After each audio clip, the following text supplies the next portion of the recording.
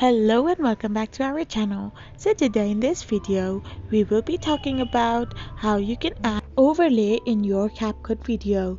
So without wasting much of our time, let's get straight into the video. So first of all you need to do is tap open your CapCut app. So once you open your CapCut app, press on new project and select a photo of your choice.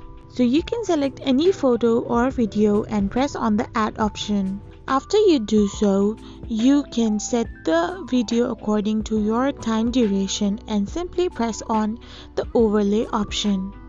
So once you press on the overlay option, on add overlay and select any photo or video you want to have as an overlay. So after you select a video, press on add and that video will be set as an overlay on top of your photo or your video. So in this way, you can add an overlay on your CapCut app. I hope you found this video helpful, so don't forget to hit that subscribe button and do give us a thumbs up.